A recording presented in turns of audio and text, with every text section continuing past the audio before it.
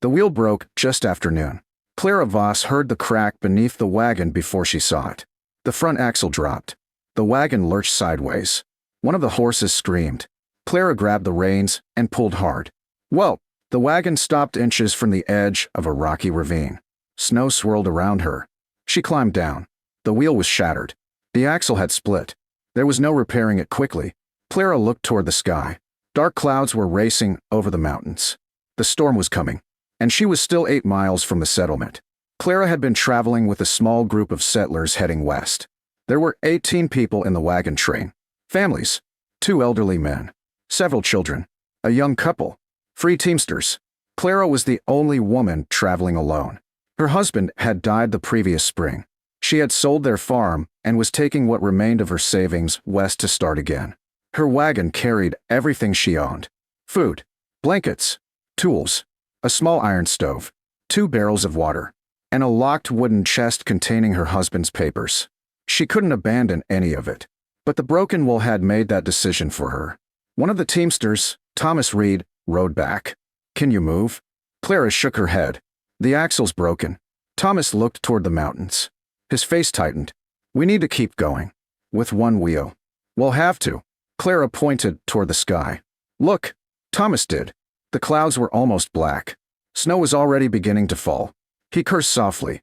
The forecast said tomorrow. The mountains didn't listen. The wagon train gathered around Clara. Some wanted to leave her behind. Others argued they should stop. Then a gust of wind swept through the valley. It was so powerful that one horse nearly fell. Thomas looked toward the road. "We need shelter." Clara scanned the hillside. Rock, trees, snow. Then she noticed something. A dark opening beneath an overhanging wall of stone. "What's that?" Thomas followed her gaze. "A rock shelter. Can we get the wagon there?" He looked at the broken wheel. "Not unless we drag it." Clara stared at the shelter. It was only 100 yards away, but between them lay a steep, snow-covered slope.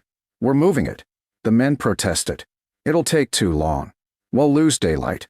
"That wagon's finished." Clara grabbed a rope. "Then help me prove it." She tied the rope around the wagon's front axle. Thomas brought another. 4 horses pulled. 6 men pushed. The wagon moved 1 inch. Then another. Snow gathered around their boots. Wind strengthened. Clara shouted. Again. The horses strained. The wagon lurched forward. They dragged it toward the rock shelter. Halfway there, the first major gust hit. Snow exploded across the valley. Visibility vanished. Thomas shouted, "Stop." Clara shook her head. "If we stop here, we're finished." She kept pulling. The horses stumbled. 1 man fell. Clara grabbed his coat and pulled him upright. "Keep moving." The shelter was closer now. 20 yards. 10. 5. The wagon finally crossed beneath the rock overhang. Clara dropped the rope. She was breathing hard. Thomas looked around. The shelter wasn't deep, but it was dry. The stone ceiling was thick. The ground was relatively level, and the rock wall blocked the northern wind. Clara looked toward the valley. The wagon train was still outside. "Bring everyone in." They packed themselves beneath the rock shelter. Clara moved the wagon against the opening. Its canvas cover became a second barrier against the wind. Then she brought the horses inside the deepest part of the overhang. The animals were frightened, but sheltered. Clara started the small iron stove. The fire caught. Warmth spread slowly. Outside, the blizzard became a wall of white. By nightfall, the storm was terrifying. Snow fell so heavily that the valley disappeared. The people inside the shelter could hear trees breaking somewhere beyond the rocks. A child cried. An elderly man prayed. Thomas stood near the opening. "We're lucky." Clara shook her head. "Luck got us here." She looked at the stone ceiling. Now the shelter has to hold. The temperature dropped rapidly. The wind drove snow beneath the wagon. Clara stuffed blankets into the gaps. She checked the horses, fed them handfuls of grain, then returned to the fire. Her supplies were limited. There were 18 people. Even with rationing, their food wouldn't last long if the storm continued. Thomas opened a small canvas bag. "I've got coffee." Clara looked at him. "Save it." He smiled. "You're not very sentimental." "Not when we're freezing." Around midnight, someone heard a sound. A deep roar. Everyone fell silent. Then came a tremendous crash. The entire mountain seemed to shake. Snow poured from the rock above them. The children screamed. Clara grabbed the wagon. "Stay away from the entrance." Another crash. The storm had triggered an avalanche. Snow thundered through the valley. When the sound finally stopped, there was silence. Thomas cautiously approached the opening. He looked outside and stepped backward. Clara saw his face. What? He didn't answer. She walked toward him. The valley had vanished. An enormous wall of snow blocked the road. The wagon train was gone. The trail was gone. Everything outside was buried. Thomas whispered, "Nobody could survive that." Clara stared into the white darkness. There had been 18 travelers in their group. Now only the people inside the rock shelter remained, and the storm showed no sign of stopping. Clara stared into the white darkness. The wagon train was gone. Not scattered. Not hidden. Gone. The avalanche had buried the trail beneath several feet of snow. Thomas slowly shook his head. "We can't go looking for them." Clara looked at him. "We can't." The words were difficult to say. Those travelers had been with them that morning. Now the mountain had swallowed them. Clara turned back toward the shelter. "We keep everyone alive." The storm continued through the night. Then to the following day. Then another night. The rock shelter became their entire world. Clara organized everything. Food was divided into strict portions. Water was rationed. The stove burned only when absolutely necessary. Blankets were placed around the children and elderly travelers. The horses were kept at the rear of the shelter where the rock ceiling was lowest and the wind couldn't reach them. Nobody argued. They had seen what the mountain could do. On the second morning, the fire nearly went out. Clara crouched beside the stove. The wood was running low. Thomas opened the wagon. "There's some timber underneath." Clara shook her head. "That's for repairs. If the fire dies, we'll need it anyway." She considered it, then nodded. "Take only what we need." Thomas pulled apart one broken wagon board. The wood burned slowly. The shelter warmed again. Clara watched the flames. She knew they couldn't stay here forever, but they couldn't leave yet. The storm still controlled the valley. On the third afternoon, the wind finally weakened. The silence felt strange. Clara stepped outside. Snow reached her waist. The valley had become a frozen ocean. Only the tops of a few trees remained visible. She looked toward where the wagon train had been. Nothing. Then she noticed something. A piece of red fabric sticking from the snow. Clara walked toward it. She dug with her gloved hands. A coat, then a wooden box, then the edge of a wagon. Her heart tightened. She returned to the shelter. "We're going to search." Thomas stared at her. "It's still dangerous." "I know. We could get buried." "We could." Clara picked up a rope. "That's why we're using one." They tied the rope around themselves. 4 men followed Clara. They moved slowly across the avalanche field. Every step was tested.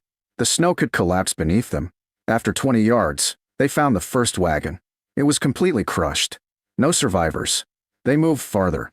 Another wagon. Broken. Then another. Clara's face remained grim, but she kept searching.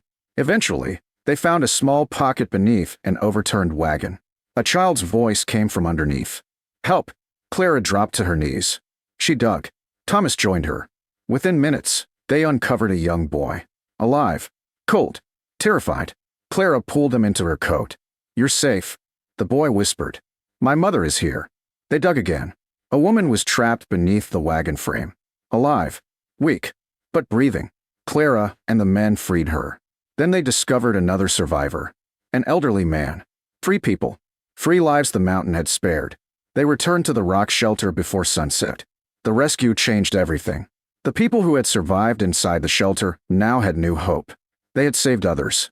And they realized the rock shelter wasn't simply a place to hide. It had become a rescue station. The storm finally broke on the 5th morning. Sunlight poured across the valley. Snow glittered beneath a brilliant blue sky. Clara stepped outside. The world was silent. The avalanche had buried almost everything, but the rock shelter remained. The wagon stood beneath its stone roof. Its canvas was torn. Its wheels were damaged. But it had survived. The horses were alive. The people were alive. And the 3 rescued travelers were recovering. Thomas walked beside Clara. "How many?" Clara looked toward the buried valley. 18 were traveling with us." She paused. "Most didn't make it." Thomas nodded. "But we did." Clara looked at the rock overhang. "No." She touched the stone wall. "The shelter did." For the next 2 days, they dug out the trail. They marked dangerous sections. They recovered what supplies they could. Then they built a temporary road around the avalanche zone. When rescue teams finally reached the valley from the settlement, they were shocked to find survivors. They had expected to find no one. One rescuer asked Clara how she had survived. She pointed toward the rock shelter. That. The rescuer stared at the battered wagon parked beneath the stone overhang. You pulled that thing in there? Clara nodded. With 6 men and 4 horses. He shook his head. That's the only reason you're alive. Clara looked at the shelter. I know. Months later, the story traveled through the mountain settlements. People talked about the blizzard that buried 18 travelers. They talked about the avalanche. They talked about the woman who refused to abandon her wrecked wagon. But Clara never described herself as brave. She simply said she had noticed the shelter. Then she made a decision. A simple decision. Move the wagon or lose everything. That decision saved her life. It also saved the lives of the people who followed her beneath the rock. When summer arrived, Clara returned to the valley. She didn't leave the shelter behind. Instead, she improved it. She cleared the entrance, built stone windbreaks, created a drainage trench, stored emergency firewood, placed food barrels along the back wall, and marked the location on a hand-drawn mountain map. Then she added a wooden sign. Winter shelter. Take refuge before the storm closes the pass. Other travelers began using it. Hunters, ranchers, families, teamsters. Anyone caught on the mountain knew where to go. The rock shelter that had once saved Clara became a permanent refuge. Years later, an old man asked Clara why she had risked dragging a broken wagon through a blizzard. She smiled. I didn't know it would save me. What did you think? I thought it was better than freezing. The man laughed. Sometimes that's the same thing. Clara looked toward the mountains. The place where the avalanche had buried the trail was covered in pine trees now. The rock shelter remained. Quiet, dark, waiting. And every winter, whenever the wind began screaming through the passes, Clara remembered that terrible night. She remembered the 18 travelers who never reached safety. And she remembered the stone wall that stood between her and the storm. She never called it a miracle. It was simply shelter. But on the night the mountain buried everything outside, that shelter was enough.